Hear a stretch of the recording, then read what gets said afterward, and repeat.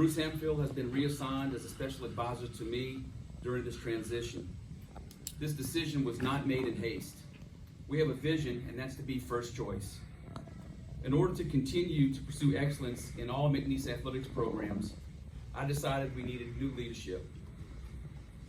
I appreciate the work Bruce has done and his professionalism over the past 6.5 years. We have built some of the finest facilities in the Southland Conference. Our basketball facility is amongst the best in all Division I programs. The McNeese athletic program is on sound footing, and all of the sports are on an upward trajectory. I'm proud of the work that coaches are doing and the success of our student athletes in the classroom and on the playing fields. We will have a thorough and careful search for our new athletic director, and it will begin immediately. The search committee will be formed within the next week. In the meantime, Tanner Steins, Senior Associate Athletic Director for Administration and Operations, will serve as the interim athletic director. Tanner, along with Bridget Martin and Matthew Bonnet, provide years of experience and a high level of professionalism and competence. The coaches, department staff, and student athletes will not see any interruption in routine operations. We're going to have a great spring for our Cowboys and our Cowgirls and our spring sports. Thank you very much. I'd be glad to entertain any questions. First question. Sorry. Sure. First question is, when did you really come to this decision, and what are you looking for? This decision did not come easily. It came over a period of time after careful evaluation, and that decision was made at the beginning of this year, prior to the hiring of a new football coach. Also, when we start looking, we're looking for a person who can lead in fundraising and in fan engagement. Have you set a date as to your drop dead date to make the hire? No, I have not. We're gonna search until we find the right person. We're on no timeline. Now we're gonna start immediately, but we're not gonna rush it just to hire someone. As a matter of fact, the new hire will not start till July 1. Would Bruce be kept on after that, after the hire, or have you not made that No, decision? his contract expires at the end of June. Will you be looking, I know you mentioned fundraising as one part of it, just what other aspects of just being an athletic director are you honed in on when you make it, like, as you make this hire? Sure. Well, naturally, fundraising is a huge component for what we're needing at the institution. But we also are looking for someone who is dynamic, someone who has good administrative skills, good interpersonal skills, someone who can connect with our boosters and our donors. So we're looking for someone who has the whole package, both the administrative side and the fundraising side. Daryl, at the risk of getting into a semantics joust, I guess, did you ask Bruce to resign, or did he resign, or did you approach it that we need a change and we would like to reassign? I approached it with we need a change, and that he was going to be reassigned through the remainder of his contract. So he didn't officially resign. He did not resign. That's correct. So you more or less made a change. You made a change. I made a for the change. rest. That's correct. Without, I will tell you that Mr. Hemphill is a consummate professional. I don't, obviously I know you don't want to get specifically into like health things, but when looking at a hire, obviously Bruce had some health things that he, was, and I'm not sure if he's currently dealing with, but will that affect how you look at a hire as far as maybe possibly looking at somebody maybe a little bit younger? No, David, we're going to find the very best person. Whether that person is 20, 30, 40, 50 years old, we're looking for the very best person that's a great fit for our institution, our athletic department. Is any of this part of the academic thing that's going on, or was that just part of the package? It's all part of the evaluation. Is there anybody in your mind that you would like to, but anybody that comes to the forefront in your mind, or just kind of keeping it open? Wide open. Yeah. Wide open, Rick. We don't want to go in with any preconceived ideas because we don't want to set a ceiling on what we're looking for. We might find a Frank Wilson in the mix. Will there be a committee like there would be for a coach? There will be a committee, but it'll be a much broader committee. many more people from the community on that committee. Daryl, how would you describe the challenges that McNeese is facing over the next 8 to 10 years, let's say? Because any AD that you would want to bring in, you'd want continuity in the long term. Can you speak to the challenges that this university is going to have in that role regarding, in particular, fundraising, in particular, attendance, and growing these sports at this level? Right. Well, fundraising, finance is a big portion of it. Also, one of the things that helps relieve the financial pressure is to have good attendance at your athletic events.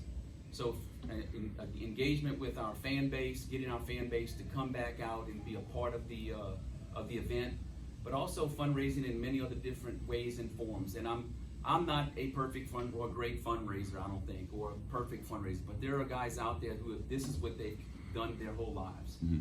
And so we're looking for someone who has great experience in this area, someone who can really take us to a different level when it comes time for fundraising. Who will be handling coaches' decisions? Because you're going to have coaches come up for renewal, coaches at the end of this year. Would you be handling that until there's an AD? Until there's an athletic director, Mr. Steins and I will be handling that. Is Tanner an option for the job? If Tanner applies, Tanner will be an option. When you look at the overall state of the program, of the athletic program right now, maybe not necessarily financially, but just looking at how competitive a lot of the teams are, do you believe that it's enough to attract maybe the level of candidate that you want?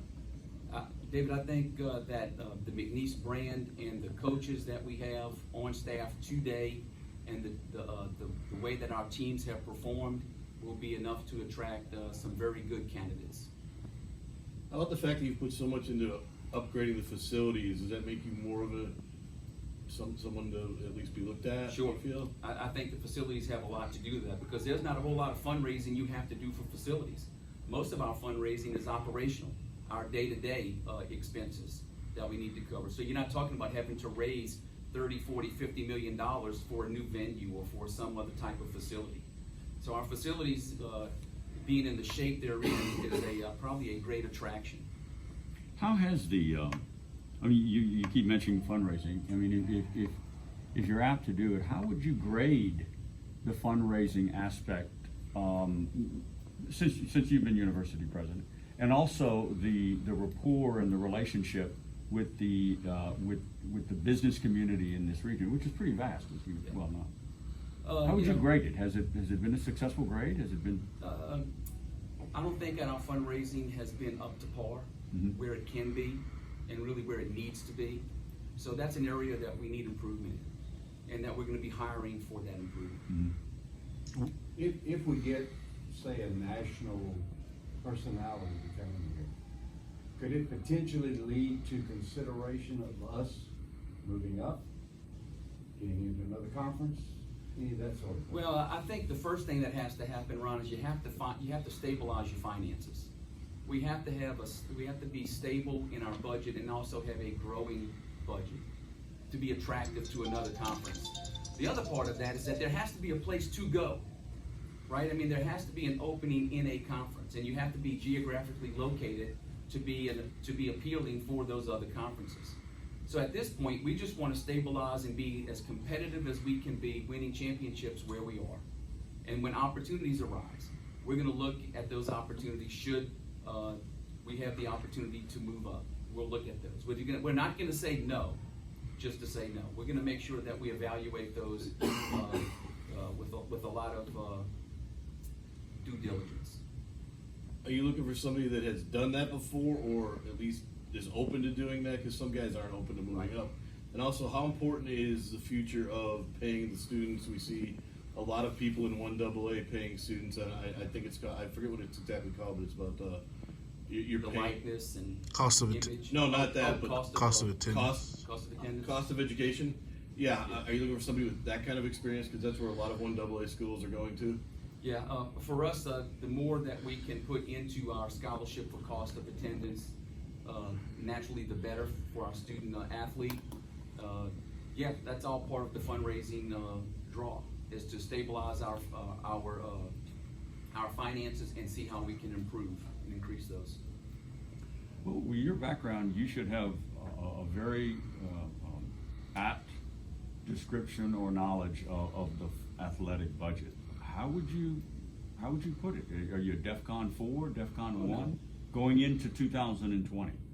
2020, we would like to see the amount that the institution has contributed into athletics go down through additional fundraising. So no, it's not at any kind of DEFCON level, but we would like to see our budgets get much more stabilized and better sources of support. And part of that, would you agree that the athletic director would have to form a relationship with at least the local delegation in Baton Rouge? Because that's where something's No, the gonna- money doesn't come from Baton Rouge, Rick. Not at all? No, look, we get 10% of our budget from the state. Mhm. Of the $55 million budget that we have, $5 million comes from the state. And that's it? There's That's no it. budget? That's it. They put limits on how much we can spend out of our expenditures into athletics, so all of your other athletic funds come from fundraising. Obviously, it's been pretty wild 13 months for you guys. How important is it to get somebody in here and stabilize everything to get not only recruits in, but to get money coming in? They want to see, donors are going to want to see some stable. That's right. I mean, the next person's gonna have to cast a vision for the department and for the athletic programs that people can buy into. You don't buy into something you don't have a vision for, that you don't wanna see come to fruition. So the next person is gonna have to be a strong person, a person who can cast vision and also take our athletic department to where we need to go. Would it be a multi-year kind of contract? Or is that up to That's negotiable. negotiable?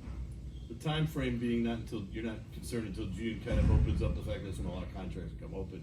You're not looking to buy people out then necessarily. Absolutely not. Absolutely not.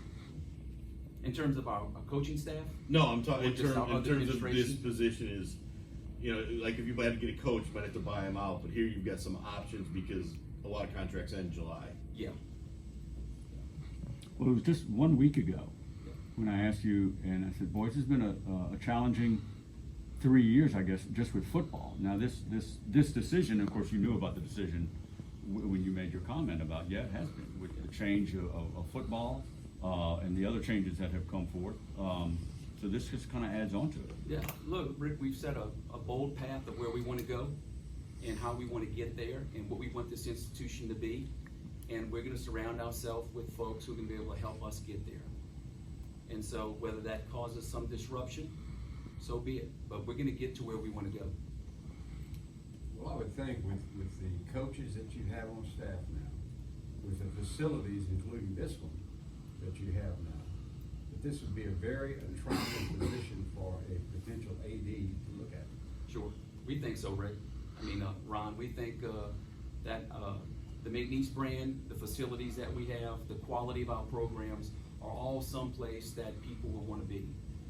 So we don't feel like we're going to have a very difficult time attracting very good applicants. It seems like you're taking all the right steps, to turn all these programs around. Let me ask you this: how excited are you about McNeese's future in athletics? Well, I'll tell you what, I think we have a great upside. I think we're going to see in the future, I think basketball, men's basketball, is on the cusp here in the next year of really competing and going to the tournament for our conference and going to the tournament. Our baseball and softball programs are excellent. They're competing every year for conference championships. We have a new volleyball coach who we believe is going to be eventually competing for conference championships. Our track program with Coach Gilroy, does a great job with those young men and women. Our tennis program is competitive and getting better all the time. I hope I'm not leaving anything out. Soccer, Coach Fitzgerald is just doing a wonderful job with our soccer players, our soccer women. And then there's golf, which that we have had some very good players come through McNeese State University, and they're always competitive. So we're very excited about it. The other thing is that we're talking about athletics, but on the other side of the house, on the academic side, we've been making just as many moves with our deans and other people in leadership, which you don't hear about and you don't see. So this is just a continuation of the leadership that we're putting together to take this institution into the future. Thank you very much. Appreciate it.